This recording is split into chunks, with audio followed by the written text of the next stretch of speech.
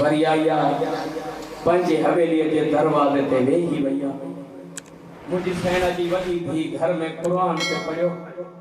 मुझी सेण रुनिया शाम जा वैन करे रुनिया मुझी सेना जी वडी थी कुरान के बंद करे बाहर आया दरवाजे ते ॾिठी तो औरत आ उन्हें औरत के मुझी सेण मां के बाबा से सुञाते ना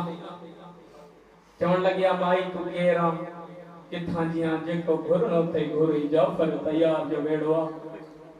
हाय जेको घुरनो थे घुर ई जाफर तैयार जो वेड़वा अददरो मुझी सेना जी वडी थी घर में भैया चवण लगिया बाबा पंज दरवाजे ते एक औरत आया सर जा वार खुलियल नेरो लबास शाम जा वैन करे रोए पई अब्दुल्ला बाहर आयो ॾिठी चवण लॻो माई तू केरा किथां जिया जेको घुरणो अथई घुरी जाफर तैयार जो वेड़ो आ अदादारो मुंहिंजी सेण चए थी अब्दुल्ला मूंखे सुञाण मां मदीने वारी ज़ैनब मौला तांजी मुकान कबूल करे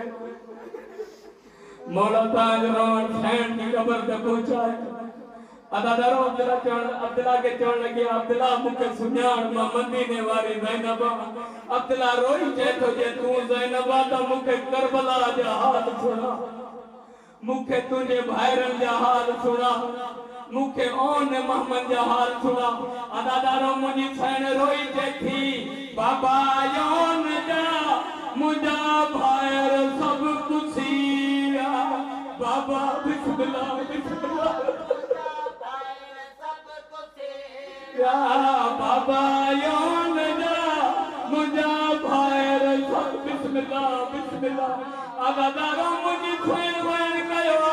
चई 57 महमल वठी वयुसि अॼु वतन ते वरी आई आहियां अब्दुल्ला न फिरा रहियो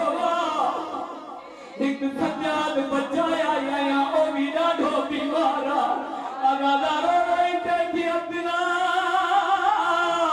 ओ अब्दुल्ला न हुजे शाम न रुलन आलिया जूं थियूं पायो न जा मुंहिंजा भाइर सब कुछ अदादारो अब्दुल्ला जी निगाह पया हथन ते बाबा साईं अब्दुल्ला जी निगाह हथन ते पया अब्दुल्ला रोई चए थो ओन जी मां हथन ते निशान छाजा थई मुंहिंजी सेण सर ते मातम करे रोई चए थी असांखे रखी यूं पाराए नालो शाम ॾे वठी विया बाबा योन जा मुंहिंजा भाइर सब कुछ